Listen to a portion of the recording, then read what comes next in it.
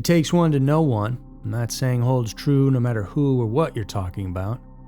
Today's topic comes as a suggestion from one of our Patreon members, so thanks for that. And it gives some real insights into the minds of some of the most crazed individuals we've ever known. There are 5 killers who caught killers.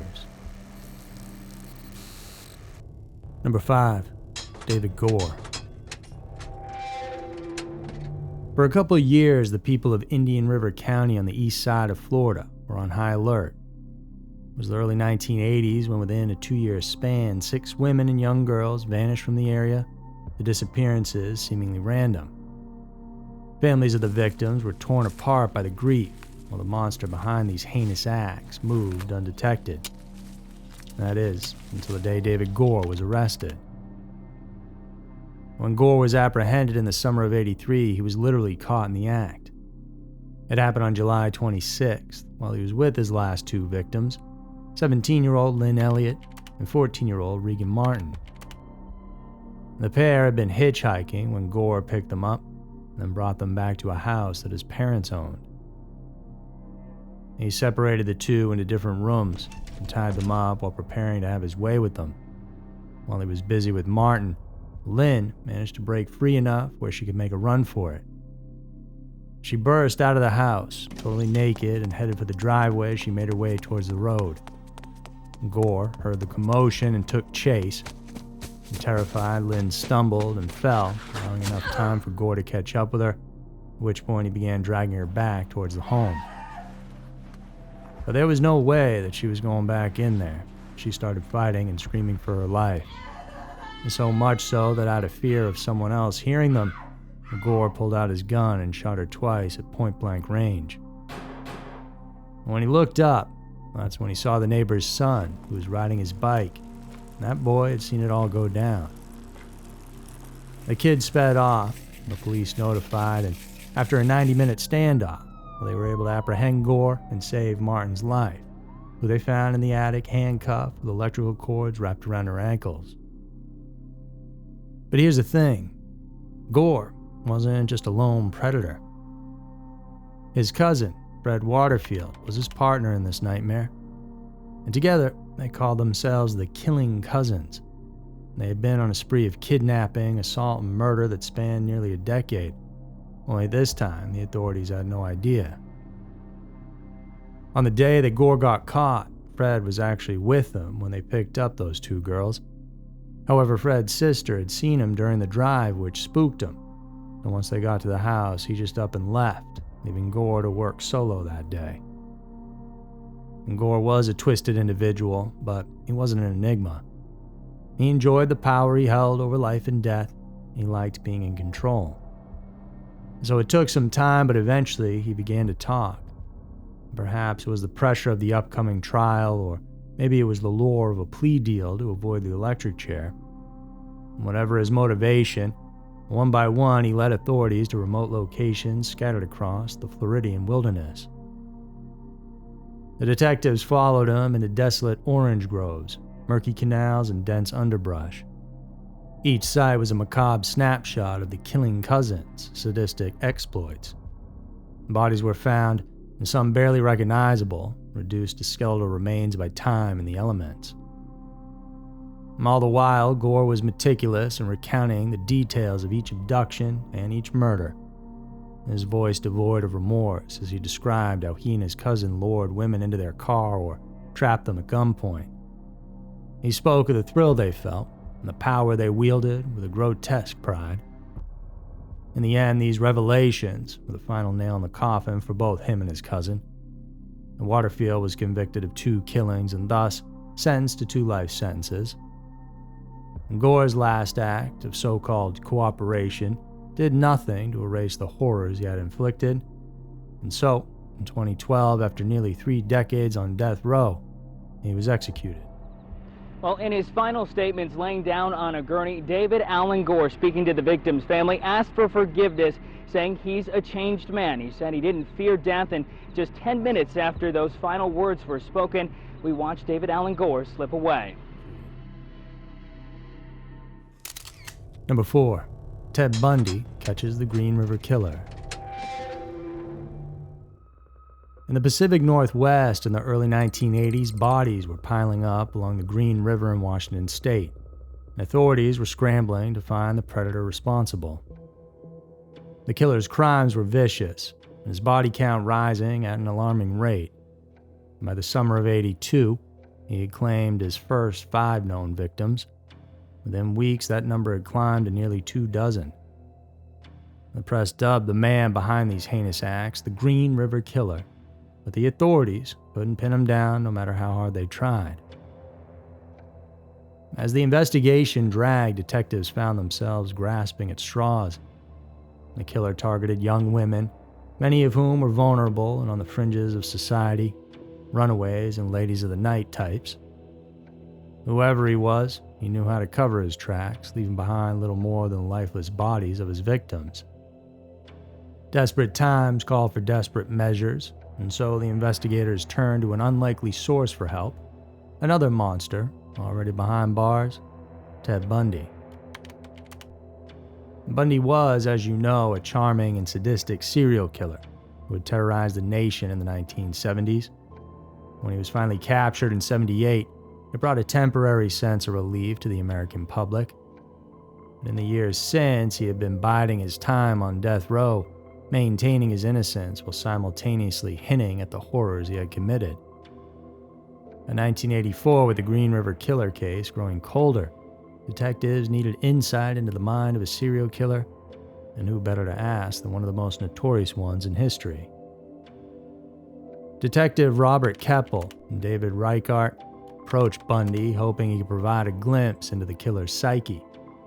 And Bundy, who was usually arrogant and dismissive, surprisingly agreed to help. And why exactly, it's hard to know. Maybe he relished in the idea of staying relevant or of toying with the lives of those hunting this killer. It also could have been as simply as wanting to have his execution date postponed in exchange for his assistance. Whether or not that actually happened, though, remains off the books. In looking over the case, Bundy suggested that the Green River Killer likely revisited his crime scenes to engage in acts of necrophilia, much like Bundy had once done. This was a behavior Bundy understood all too well, so he advised them to stake out fresh burial sites, believing the killer would return to them. It was messed up and terrifying, but also sound advice. He even went as far as to suggest that they should publicize the fact that they were surveilling these sites, playing a psychological game with the killer, and planting seeds of doubt and fear in his mind. In his twisted logic, Bundy was suggesting a game of cat and mouse, a game he had once played and mastered. And here was a notorious serial killer using his own darkness to help track down another. But Bundy wasn't doing this out of the goodness of his heart. He was doing it for his own reasons. And every interaction, every piece of advice came with a price. Bundy craved the control and attention he lost when he was locked away. And for a brief moment, he had that again. This investigation, though, dragged on for nearly 2 decades, haunting the investigators and the public.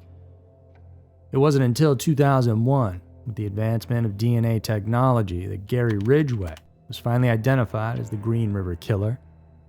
Ridgway, a mild-mannered truck painter, was arrested and later confessed to the murder of 71 women, making him one of the most prolific serial killers in American history.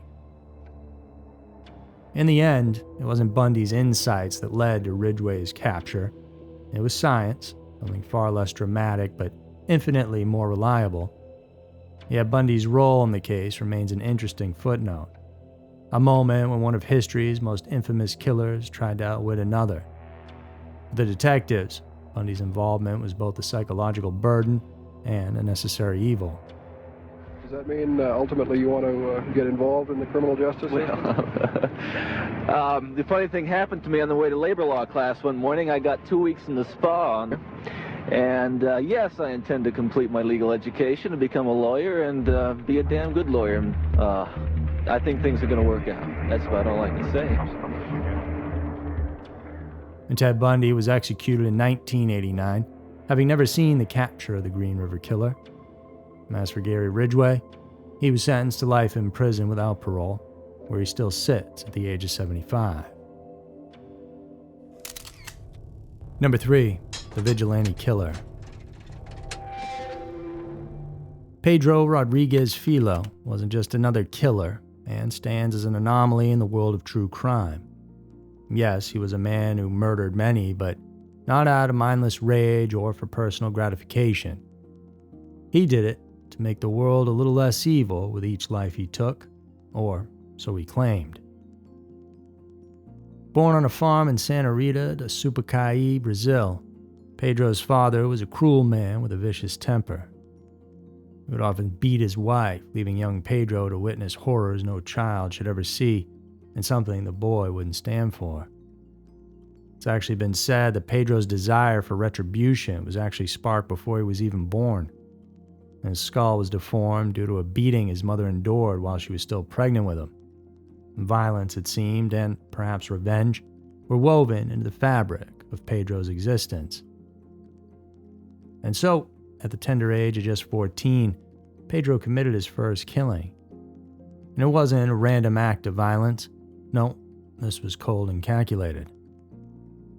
His target was the vice mayor of his town, who had recently fired Pedro's father, a school guard, on the suspicion of theft. And Pedro believed his father was wrong, so he took matters into his own hands. He shot the vice mayor in broad daylight. After that, he killed the man he believed to be the true thief, a local guard. And just like that, Pedro was off and running, and he never looked back. Most killers are driven by a compulsion, a darkness they can't control. But Pedro did it because he saw himself as a force of justice, a vigilante. And targets were criminals, drug dealers, assaulters, murderers. And he was the judge, jury, and executioner. And in his mind, he wasn't committing crimes, he was actually preventing them. After fleeing to Sao Paulo, Pedro became the city's very own boogeyman, but not for the innocent.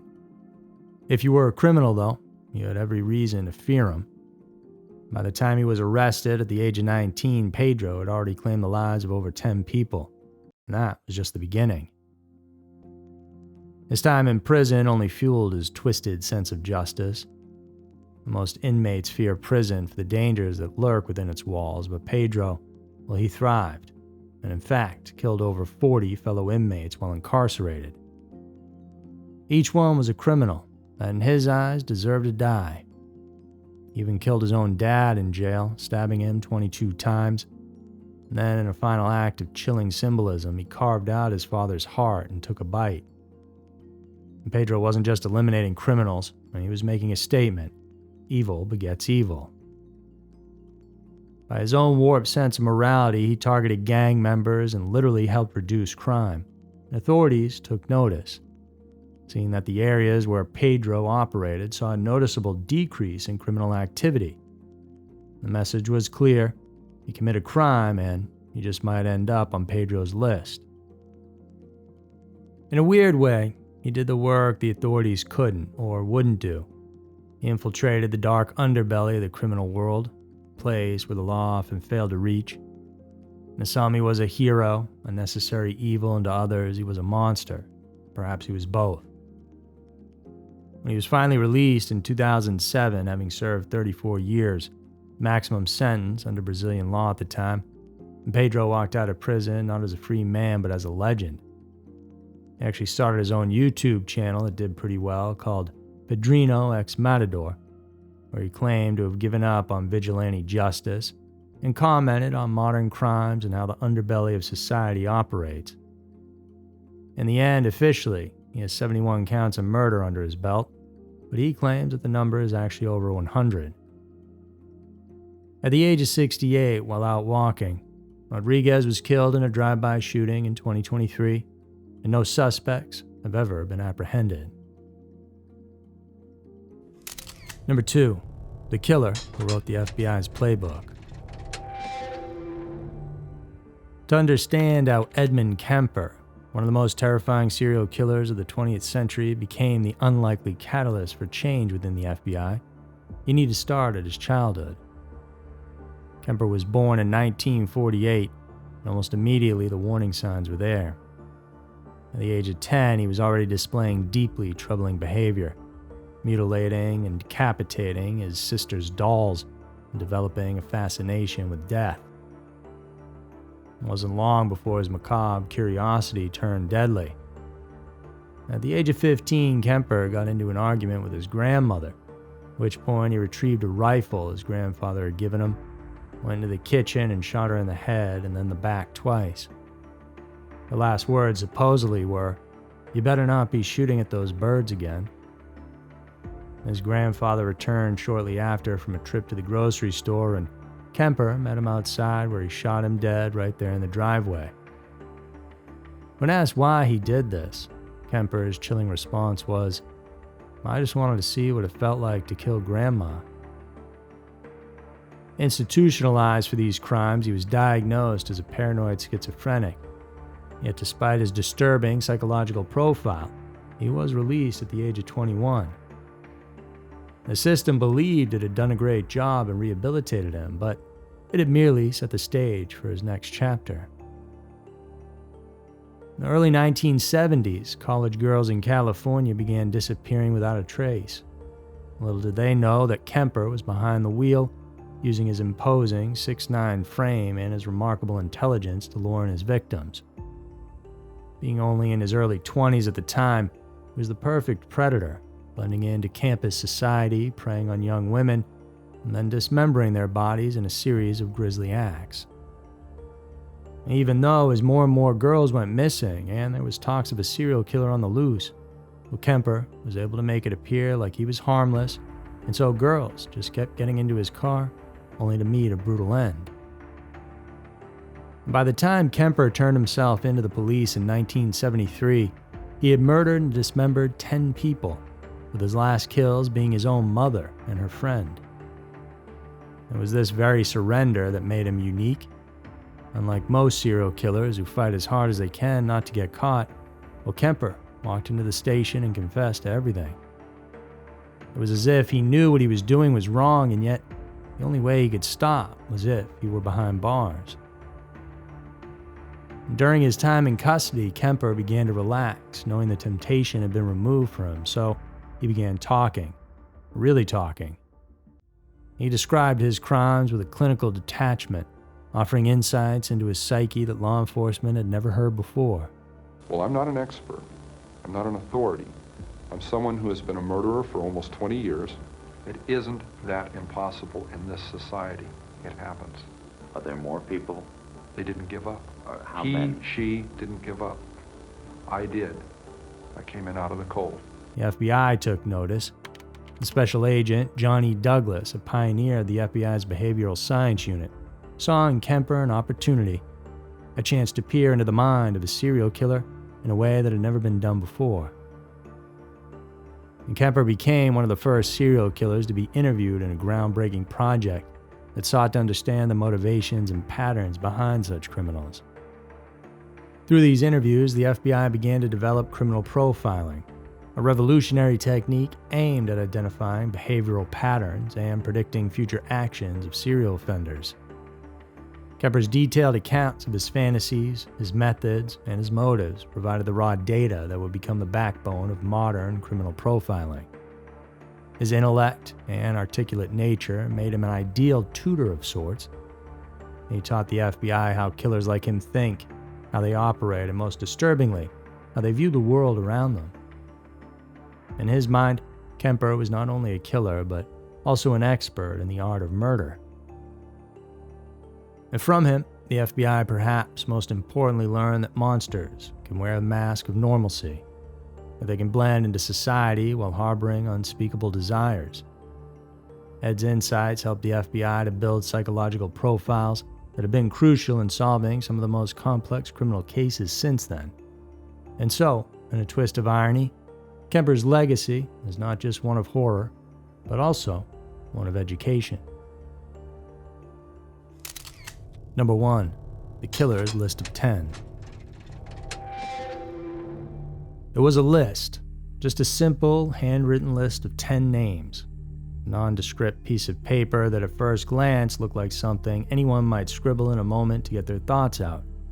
However, this was no ordinary list. This was one that would incriminate a serial killer. And Joseph Naso was, by most accounts, an unassuming man. A former photographer, he lived a quiet life, moving from place to place, never drawing much attention. He was known to be a bit eccentric, with a panache for taking provocative photographs of women, but no one could have predicted the darkness that lay beneath his seemingly mundane existence. In 2010, Naso's life took a dramatic turn.